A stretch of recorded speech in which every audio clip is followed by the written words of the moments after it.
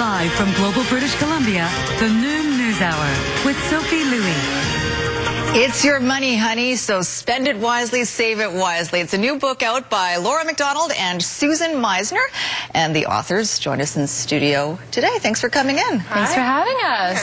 So why, when we brought Schnell along, just because we thought maybe he could use it too. Yeah, but I have some questions. You have some, with. Because I'm sure it'd be applicable to both, because in the end it must be about common sense about how you use and spend and save your money.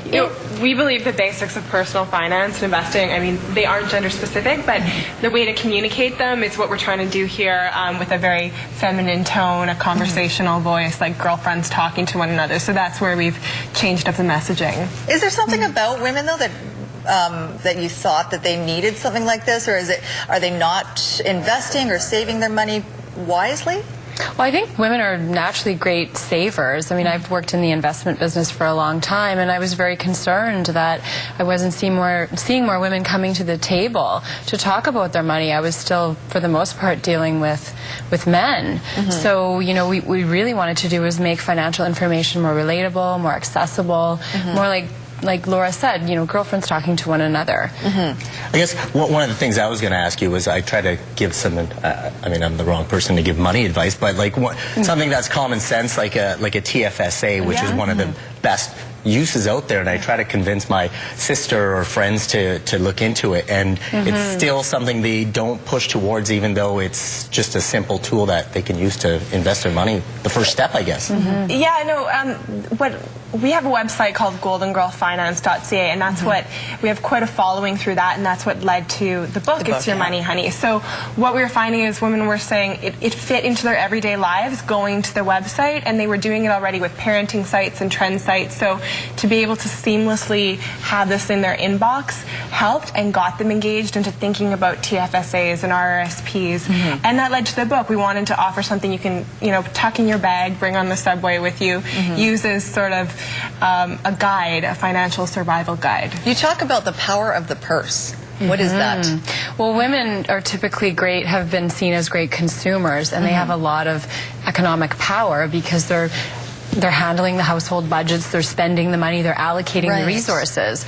So we say, you know, why not leverage that and take that into wealth building, investing, and starting to handle more and more of the family money.